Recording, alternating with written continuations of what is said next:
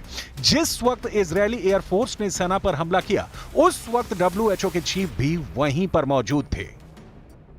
WHO chief ने अपनी आप बीती एक्स पोस्ट के जरिए बताई। WHO chief doctor Tedros Adhanom Ghebreyesus ने कहा कि वो और उनके सभी सहयोगी प्लेन में सवार होने ही वाले थे, तभी सना एयरपोर्ट पर इजरायल की ओर से हमला हो गया। टेड्रोस ने बताया कि इस दौरान वहां जमकर बमबारी हुई, जिसमें उनकी फ्लाइट का एक सदस्य भी घायल हो गया और एयरपोर्ट पर मौजूद 2 अन्य लोगों की मौत हो गई। वहीं प्रत्यक्षदर्शियों का दावा है कि हमला ऐसे वक्त हुआ जब एयरपोर्ट मुसाफिरों से भरा हुआ था।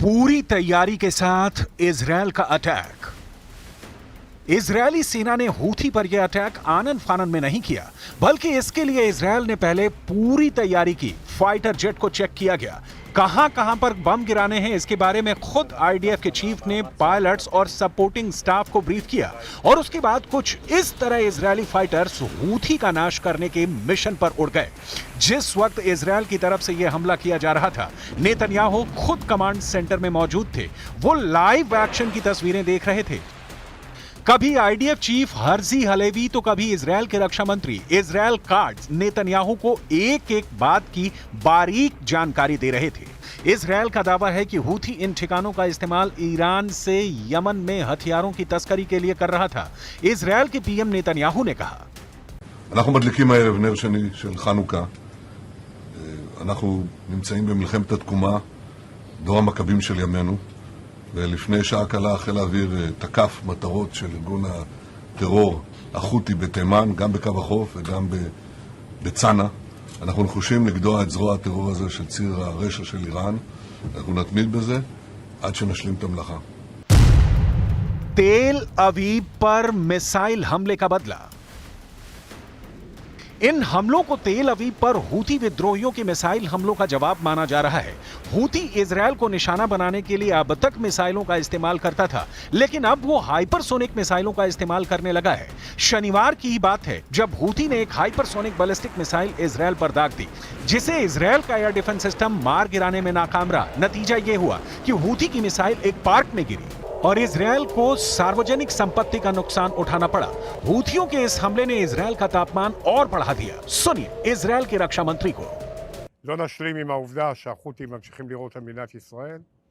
אני הזהרתי ואמרתי שכמו שטיפלנו בסינואר בעזה, בהנייה בטהרן ובנסראללה בביירות, אנחנו נטפל גם בראשי החות'ים בצנע ובכל מקום בתימן.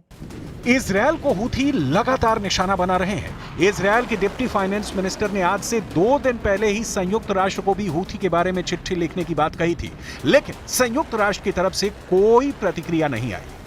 Decided that enough is enough. Minister of Foreign Affairs Gideon Saar has sent an urgent letter addressed to the President of the United Nations Security Council calling for the Council to urgently convene and condemn the Houthis' illegal action as well as Iran's ongoing support and provision of arms to this group. जब Israel ने action ले लिया तो कैमरे के सामने संयुक्त राष्ट्र की प्रवक्ता आई और इजरायल और हूथी दोनों पक्षों से संयम बरतने की अपील की। संयुक्त राष्ट्र के महासचिव एंटोनियो गुटेरस ने सना एयरपोर्ट पर इजरायली हमले की निंदा भी की। उन्होंने इजरायल से अंतर्राष्ट्रीय कानून का सम्मान करने के लिए कहा, साथ ही एक प्रतिनिधि मंडल भी भेजने की बात कही।